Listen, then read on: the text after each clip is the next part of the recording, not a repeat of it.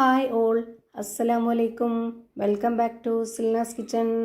ഇന്നത്തെ റെസിപ്പി തക്കാളിയും മുട്ടയും കൊണ്ട് നല്ല വെറൈറ്റി ആയിട്ടുള്ള ഒരു അടിപൊളി സിമ്പിൾ ആയിട്ടുള്ള ഒരു ഈവനിങ് സ്നാക്സിൻ്റെ റെസിപ്പിയാണ്.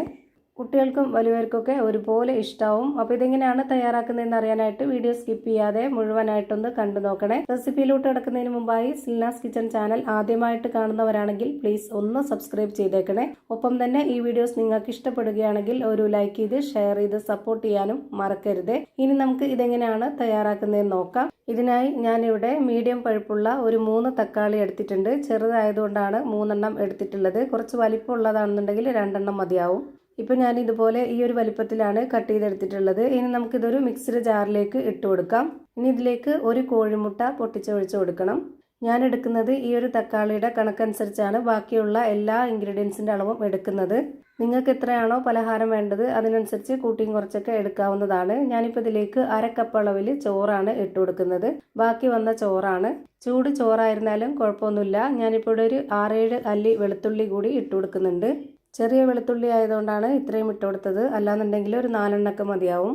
ഇനി ഇതിലേക്ക് 1 ടേബിൾ സ്പൂൺ അളവിൽ മുളക് പൊടിയാണ് ഇട്ട് കൊടുക്കുന്നത്. അതുപോലെ ഒരു 1/4 സ്പൂൺ അളവിൽ കായപ്പൊടിയും കൂടെ ഇട്ട് കൊടുത്തിട്ടുണ്ട്. ഇനി ആവശ്യത്തിനുള്ള ഉപ്പും കൂടെ ഇട്ട് കൊടുത്തതിന് ശേഷം ഒട്ടും വെള്ളം ഒഴിച്ചു കൊടുക്കാതെ ഇത് നന്നായിട്ടൊന്ന് അരച്ചെടുക്കണം. എരിവൊക്കെ ഓരോരുത്തരുടെ ഇഷ്ടത്തിനനുസരിച്ച് കൂട്ടിയും കുറച്ചൊക്കെ ചേർത്ത് കൊടുക്കാവുന്നതാണ്. അതുപോലെ ഈ ഒരു തക്കാളി മാത്രം മതി. ഇതിൻ്റെ കൂടെ വേറെ വെള്ളമൊന്നും ഒഴിച്ചു കൊടുക്കരുത്. അപ്പോൾ ഇതിൻ്റെ അളവ് വ്യത്യാസം വരും. ഇപ്പോൾ ഇത് ഞാൻ നല്ലപോലെ അരച്ചെടുത്തതിന് ശേഷം ഒരു പാത്രത്തിലേക്ക് ഒഴിച്ചു കൊടുത്തിട്ടുണ്ട്. ഇനി അടുത്തതായിട്ട് ഇതിലേക്ക് വേണ്ടത് 1/2 കപ്പ് അളവിൽ കടലമാവാണ്.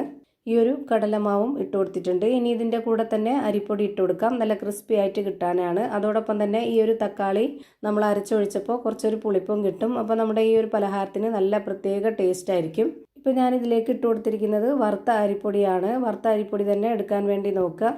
250 ml കപ്പിൻ്റെ അളവിൽ 1 കപ്പ് അരിപ്പൊടിയാണ് ഇട്ട് കൊടുത്തിട്ടുള്ളത്. ഇനി ഇതുപോലൊരു വിസ്ക് വെച്ചിട്ട് നന്നായിട്ട് ഇളക്കി കൊടുക്കാം. അപ്പോൾ ഒട്ടും കട്ടകളൊന്നും ഇല്ലാതെ നന്നായിട്ട് ഇളകി കിട്ടും.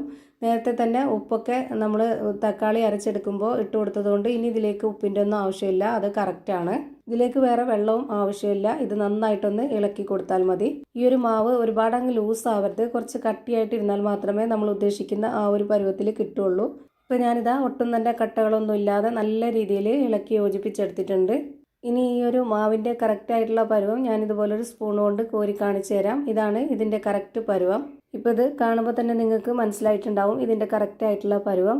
ഇനി ഞാനിതുപോലെ ഒരു പൈപ്പിംഗ് ബാഗിലേക്ക് ഈ ഒരു ഷേപ്പിലുള്ള നോസിൽസ് ഇട്ട് കൊടുത്തതിന് ശേഷം അതിലേക്ക് മാവ് നിറച്ച് കൊടുത്തിട്ടുണ്ട്. ഇടിയപ്പത്തിൻ്റെ അച്ചിൽ മാവ് നിറച്ച് ഇതുപോലെ ചെയ്തെടുക്കണം എന്നുള്ളവർക്ക് അങ്ങനെയും ചെയ്തെടുക്കാം. എനിക്കിതാണ് എളുപ്പമായിട്ട് തോന്നിയിട്ടുള്ളത്. അതുകൊണ്ട് തന്നെ ഞാനിവിടെ ഒരു പാൻ സ്റ്റൗവിലേക്ക് വെച്ച് ഫ്ലെയിം ഓണാക്കി കൊടുത്തതിന് ശേഷം അതിലേക്ക് കുറച്ച് ഓയിൽ ഒഴിച്ച് കൊടുത്തിട്ടുണ്ട്. ഓയിലൊന്ന് നന്നായിട്ട് ചൂടായിട്ട് വരുമ്പോൾ ഒരു മീഡിയം ഫ്ലെയിമിലേക്ക് ഇട്ട് കൊടുത്തതിന് ശേഷം ഇതുപോലെ മാവൊന്ന് ചുറ്റിച്ച് ഒഴിച്ചു കൊടുക്കുന്നുണ്ട്. നമുക്ക് ഇഷ്ടമുള്ള ഏത് ഷേപ്പിൽ വേണമെങ്കിലും തയ്യാറാക്കി എടുക്കാം. ഞാനിപ്പോൾ ഇത് ഈ ഒരു ഷേപ്പിൽ തന്നെ വെച്ചിരിക്കുകയല്ല ചെയ്യുന്നത്.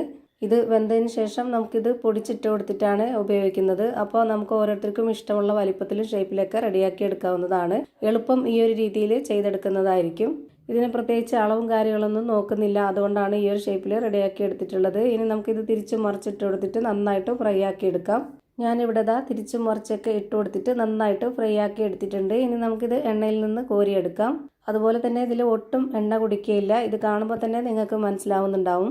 ഇനി ഈ ഒരു ഷേപ്പിലും കൂടെ ഞാനിത് ചെയ്ത് കാണിക്കുന്നുണ്ട്. ഞാനിപ്പോൾ ഒട്ടും തന്നെ ഒരു ഷേപ്പും ഇല്ലാതെ ഇതുപോലെ മാവ് വെറുതെ പിഴിഞ്ഞു കൊടുക്കുന്നുണ്ട്. നേരത്തെ ഇട്ട് കൊടുത്തിട്ടുള്ള ആ ഒരു ഫ്ലെയിമിൽ തന്നെയാണ് ഇട്ട് കൊടുത്തിട്ടുള്ളത്. ഇതിൻ്റെ ഫ്ലെയിം കൂട്ടിയും കുറച്ചും ഇരുന്ന് കഴിഞ്ഞാൽ ഇതിൻ്റെ പരുവം തെറ്റിപ്പോവും. അതുകൊണ്ട് ഒരേ ഫ്ലെയിമിൽ തന്നെ വെച്ചിരുന്നാലേ എല്ലാം ഒരുപോലെ വെന്ത് കിട്ടുള്ളൂ. ഇപ്പോൾ ഇതും കറക്റ്റ് പരുവത്തിന് വെന്ത് കിട്ടിയിട്ടുണ്ട്. ഇനി ഇത് കോരി മാറ്റാം. ഇതുപോലെ തന്നെ എല്ലാ മാവിലും ചെയ്ത് ഒരു പാത്രത്തിലേക്ക് മാറ്റുന്നുണ്ട്. എന്നിട്ട് ഇതുപോലെ കൈവച്ച് നന്നായിട്ടൊന്ന് പൊട്ടിച്ചിട്ട് കൊടുക്കാം. ഇപ്പോൾ നല്ല ക്രിസ്പി ആയിട്ടുള്ള മൊരുമൊരാന്നിരിക്കുന്ന ഒരു വെറൈറ്റി ആയിട്ടുള്ള ഒരു അടിപൊളി പലഹാരം റെഡിയായി കിട്ടി. ഇത് നമുക്ക് വേണമെന്നുണ്ടെങ്കിൽ ചൂടാറിയതിന് ശേഷം ഒരു പ്ലാസ്റ്റിക് ബോട്ടിലോ അല്ലെങ്കിൽ ഒരു പ്ലാസ്റ്റിക് കവറിലോ എയർടൈറ്റ് ചെയ്ത് വെച്ചിരുന്നു കഴിഞ്ഞാൽ നമുക്ക് 1-2 ആഴ്ചയൊക്കെ നല്ല ക്രിസ്പി ആയിട്ട് മൊരുമൊരാന്ന് എടുത്ത് കഴിക്കാൻ പറ്റും നമുക്ക് ആവശ്യമുള്ള സമയത്ത്.